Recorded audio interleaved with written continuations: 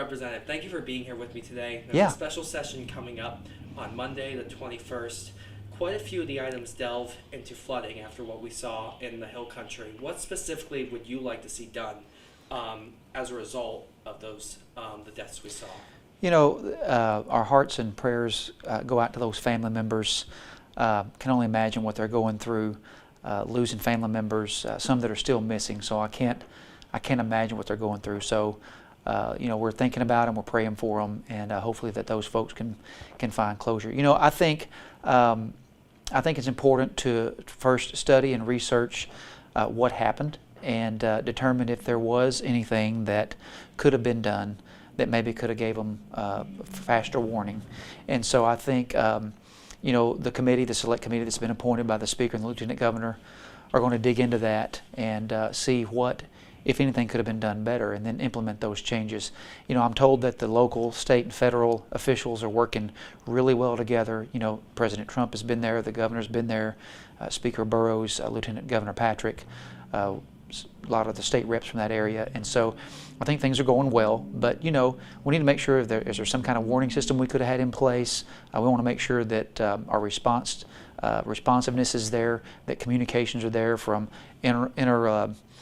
interoperability, you know, between local governments and state to make sure that things are working smooth and fast. And so I think that committee will get down to the bottom of it, and we'll get some, you know, get some things implemented possibly. Is there anything you've seen so far that strikes you as something that does need to be improved? Any information you've received, you know, that stood out? You know, it's hard to say, and it's easy to look in the rear view and critique and say what could have been done or what they should have done. You know, it seems to me like we ought to explore some sort of kind of a manual warning system that when the water levels reach a certain level, that it triggers some kind of alarm. You know, around here we get tornado warnings all the time, and you know, everybody stays put. They just kind of go outside and look around, and so you know, they get a lot of flood warnings. And so I don't think anybody, you know, I don't want to say anybody was lax or negligent, but you know, it seemed like there ought to be something that could have given them more real-time conditions versus just kind of a general warning.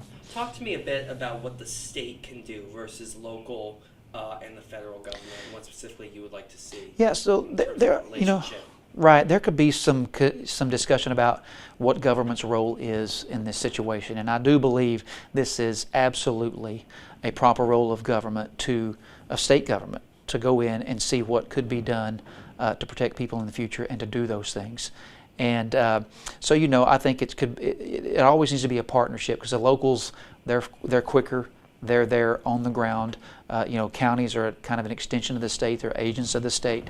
But I do believe the state has a role here in funding and in research and implementing measures that may save more lives in the future. You're happy with the federal government's response to this so far, you'd say? From what I understand and what I've been told on the ground, that the response has been very good. From local, state, and federal, people are working seamlessly, and things are going as good as, you know, they're working as good as they could be expected. So that's what I've been told. And there's going to be one hearing, from my understanding, there's going to be one hearing on that special committee in Austin and another in Kerrville. What impact do you feel that's going to have, having a hearing in both of those locations? You know, a lot of times we do that because those locals may not be able to make the trip to Austin, especially after what they've been through here, the catastrophe. So we go to them so that they can have their voice heard. And you know, those committee hearings, they really do help us understand the situation. It's not for show. It's a real working committee. We're really asking questions. We're really listening and implementing what we hear from our people. And so, you know, we did that here where we had hostile, you know, protecting Texas from hostile foreign organizations.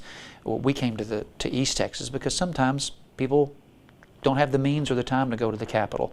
And so I think it's a couple of different reasons for that, to let those people be heard and make it more convenient for them.